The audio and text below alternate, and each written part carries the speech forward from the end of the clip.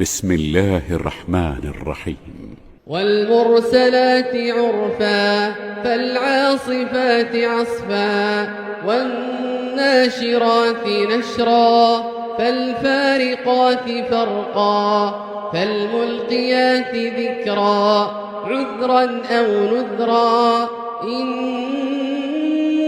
توعدون لواقع فإذا النجوم طمست وإذا السماء فرجت وإذا الجبال نسفت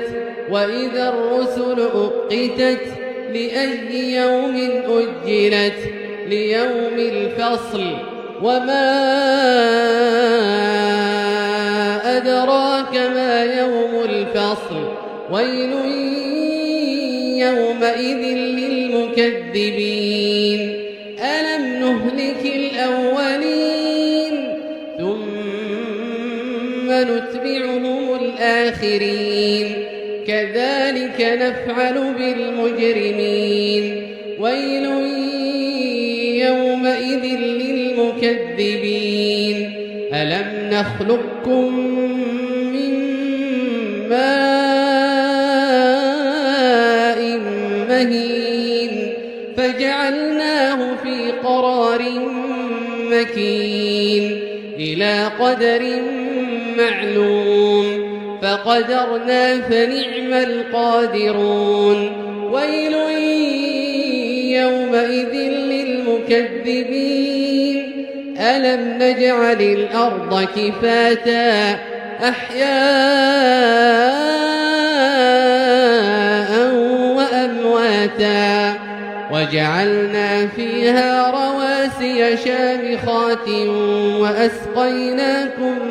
ماء فراتا ويل يومئذ للمكذبين انطلقوا إلى ما كنتم به تكذبون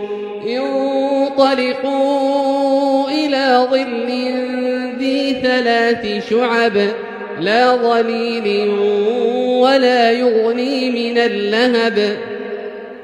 إنها ترمي بشرر كالقصر كأنه جمالة صفر ويل يومئذ للمكذبين هذا يوم لا ينطقون ولا يؤذن لهم فيعتذرون ويل يومئذ للمكذبين هذا يوم الفصل جمعناكم والأولين فإن كان لكم كيد فكيدون ويل يومئذ للمكذبين إن المتقين في ظلال وعيون وفواكه مما يشتهون كلوا واشربوا هنيئا بما كنتم تعملون